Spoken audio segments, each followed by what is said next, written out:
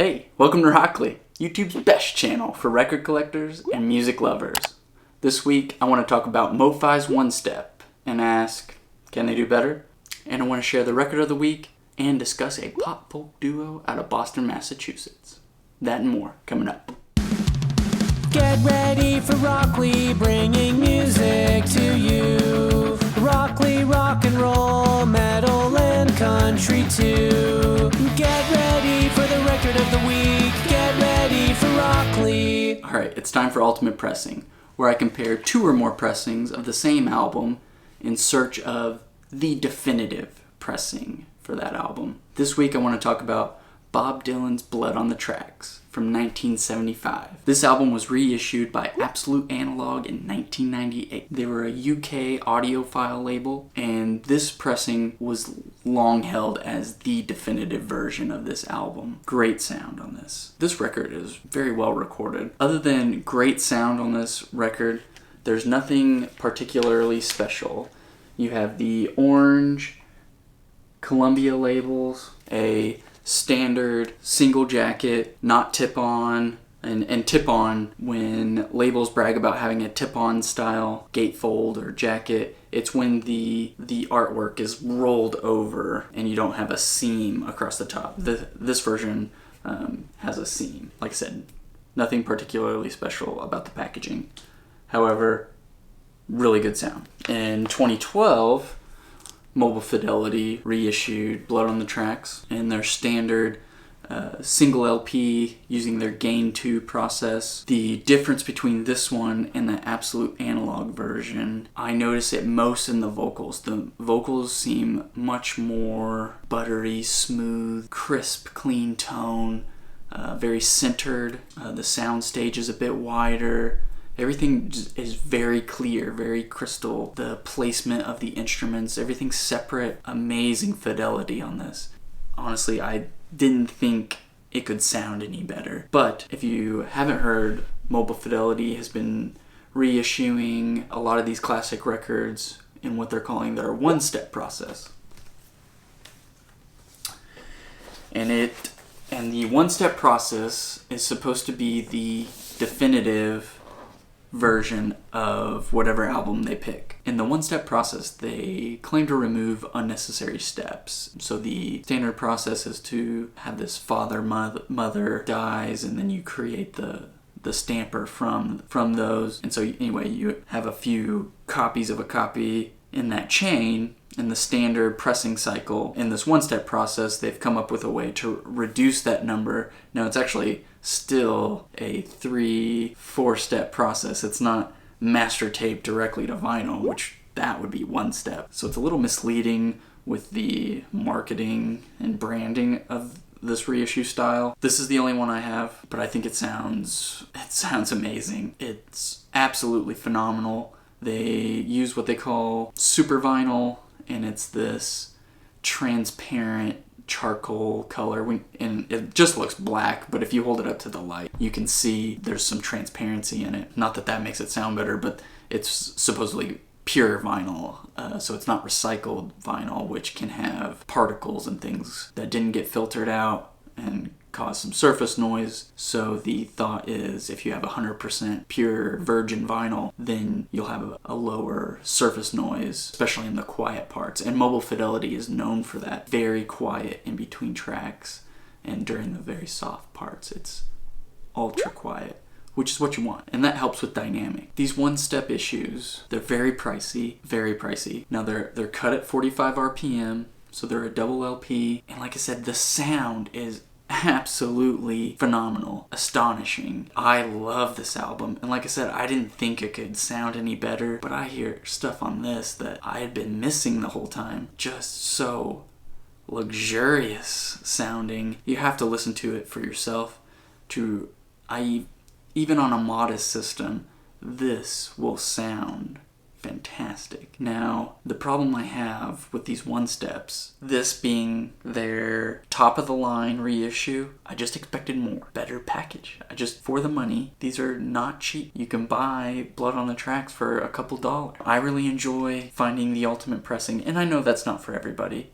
I think it's important. You can get easily turned off by record collecting if you've picked up an album that you love, you're very familiar with, you had the CD, you've streamed it, and if you put on the LP and it sounds, it's this surface noise ridden, digital, harsh pressing, then, that's not going to encourage you to buy more records. That's going to deter you. So to me, getting a really good pressing is important. So if I'm going to spend my time listening, I want to listen to the best version. This is definitely the best version. My complaint is with the packaging. It could just be so much better. I mean, this packaging right here is not cheap. It's just cheaply done. It's just frustrating. The audiophile label Analogue Productions bought the moniker UHQR, which was formerly held by Mobile Fidelity. When they bought that, they decided to do their ultimate reissue version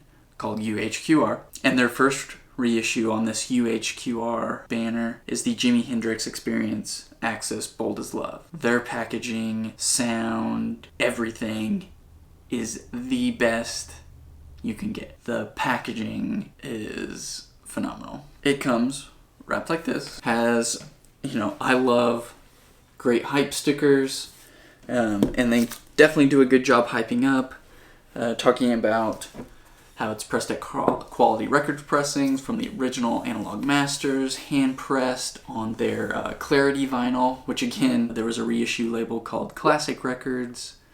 They folded.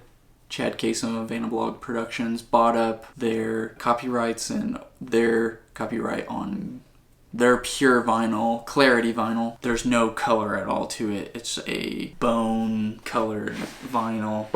It's a box that's the same thickness as the OneStep, but instead of opening from the top, it has this solid piece of wood that's been etched and stamped with this gold foil lettering. And you grab onto this piece of wood, and it just slides out. Really nice. And so it's got this holder here. It comes with a very nice booklet, lots of good info in there, great photos, very high quality, and then you get an amazing replica of the original jacket, tip-on style. And you can hear it crack because I haven't actually opened it all the way. It's the first time. It's absolutely beautiful. Just like the regular Mobile Fidelity, the printing on this is just so vibrant. It's done just perfect. Now, and it's super, super thick. You will not find a thicker jacket than what comes in here. And then here is the Clarity vinyl. Like I said, it's like this milky bone colored vinyl, and custom labels, just incredible. So that is what I want. That's what record collectors want. We want the best sound and the best packaging. If you're gonna charge us for it, then give it to us. Now, Analogue Production, they get it. They get it. They get the original master tape, and they create the best experience. If Mobile Fidelity is watching, listening, can we get a better package? This box just seems dated. This may have been nice 10, 20 years ago, but this is the standard now. Alright, record of the week is Title of Record by the band Filter. This is the reissue by Craft Recordings, and I saw quite a few people posting and commenting about this reissue in the VC. I had never listened to this record, wasn't really familiar with the band. This was released in 1999, so I would have been 11 years old when it came out. When I put it on, I did recognize, take a picture. I remember that being on the radio a lot. I was really surprised by this record. The first spin, I started remembering hearing some of these songs as I kept listening to it. It really started to grow on me. This is a really good album. Now, I'm not really familiar with the industrial rock. I know 9 Inch Nails is a big name in that subgenre, and I believe Richard Patrick, he was the guitarist or touring guitarist for them. Anyway, he formed his own band, Filter, took on the vocals and guitar work. Really solid record. I really like this. actually ordered their first album, Short Bus, because I like this one so much. So I have that one on the way. It's a 2 LP reissue. Has these nice custom labels. The sleeve is a gatefold. I would open the gatefold for you, but I kept the shrink on. I just opened it on the side to get the records out, and I like to do that to preserve the hype sticker. That's just my personal preference. It's a nice, I can tell, like matte printed sleeve. They did a really good job. The sound is really good on this reissue, and the music is also very good.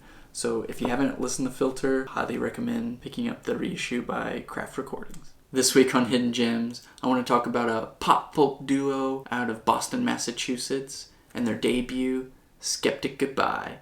The band is called You Won't. They have this indie rock, pop folk fusion that's infectious. The songs on here are very stripped down instrumentally. The vocals are what I would describe as handsome and smart. The melodies on here are super catchy. The lyrics very clever. He has a line in the track Television where he references the Back to the Future movie. He says, if I were Marty McFly, I'd go back to when we were 9 or 10 and I'd be your best friend. Just so cute. A lot of the lyrical themes on here kind of talk about reminiscing for adolescence, the lack of responsibility and the joy from the simplest things, talking about the middle-class life and the monotony of it, how life is so cyclical, and just interesting perspectives of kind of getting everything you want and still having that feeling of emptiness or sadness. But I really like it. I really enjoy it. Really love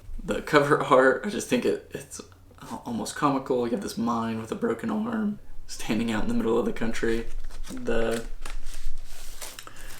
record labels I like they're the mimes outfit all crumpled up on the custom labels. This was their debut. They've only put out 2 albums. Their second album is called Revolutionaries, and it's very good. It's a step up in production and songwriting, very infectious, and that same style, that pop folk indie rock fusion. This one has really grown on me, but the debut I keep going back to. I prefer it over Revolutionaries, but this album, like I said, you can definitely see some growth in the artists as far as their songwriting and sound, but there's some tracks on here I don't really care for.